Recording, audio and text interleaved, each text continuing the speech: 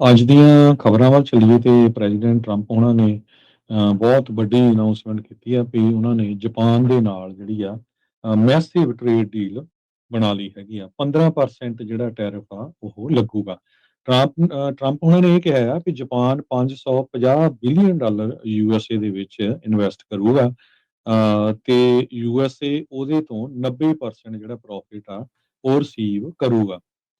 ਤੇ ਉਹਨਾਂ ਨੇ ਇਹ ਵੀ ਕਿਹਾ ਵੀ ਜਿਹੜਾ ਜਾਪਾਨ ਆ ਉਹਨਾਂ ਨੇ ਵੀ ਆਪਣਾ ਜਿਹੜਾ ਮੁਲਕ ਆ ਉਹ ਓਪਨ ਵੀ ਕੀਤਾ ਹੈਗਾ ਆ ਟ੍ਰੇਡਸ ਦੇ, ਖਾਸ ਕਰਕੇ ਕਾਰ ਤੇ ਟਰੱਕਸ ਦੇ ਲਈ, ਰਾਈਸ ਦੇ ਲਈ ਤੇ ਹੋਰ ਐਗਰੀਕਲਚਰ ਪ੍ਰੋਡਕਟਸ ਦੇ ਲਈ।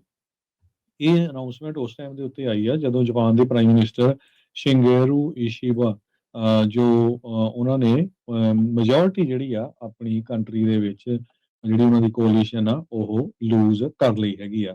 ਯੂਐਸ ਦੇ ਪ੍ਰੈਜ਼ੀਡੈਂਟ ਡੋਨਲਡ ਟਰੰਪ ਉਹਨਾਂ ਨੇ ਇਹ ਕਿਹਾ ਆ ਵੀ ਲਾਰਜੈਸਟ ਐਵਰ ਡੀਲ ਜਾਪਾਨ ਦੇ ਨਾਲ ਅਸੀਂ ਬਣਾਈ ਹੈਗੀ ਆ। ਸੋ 550 ਬਿਲੀਅਨ ਡਾਲਰ ਜੋ ਉਹ ਇਨਵੈਸਟ ਕਰਨ ਜਾ ਰਹੇ ਹੈਗੇ ਆ। ਟਰੰਪ ਉਹਨਾਂ ਨੇ ਸਪੀਚ ਦੇ ਵਿੱਚ ਇਹ ਕਿਹਾ ਵੀ ਹੋਰ ਜਿਹੜੀਆਂ ਲਿਕੁਇਫਾਈਡ ਨੈਚੁਰਲ ਗੈਸ ਉਹਨਾਂ ਦੇ ਸੰਬੰਧ ਦੇ ਵਿੱਚ ਯੂਰਪ ਦੇ ਨਾਲ ਗੱਲਬਾਤ ਚੱਲ ਰਹੀ ਆ। ਸੋ ਹੋਪਫੁਲੀ ਉਹ ਵੀ ਬੜੀ ਜਲਦੀ ਜਿਹੜੀ ਆ ਡੀਲ ਬਣ ਜਾਊਗੀ। ਸੋ ਜਾਪਾਨ ਜੋ ਆ ਉਹ ਹੁਣ ਜਿਹੜੇ ਆਟੋ ਟੈਰਿਫਸ ਆ ਉਹਨਾਂ ਨੇ ਸਿਰਫ 15% ਕਰ ਦਿੱਤੇ ਹੈਗੇ ਆ।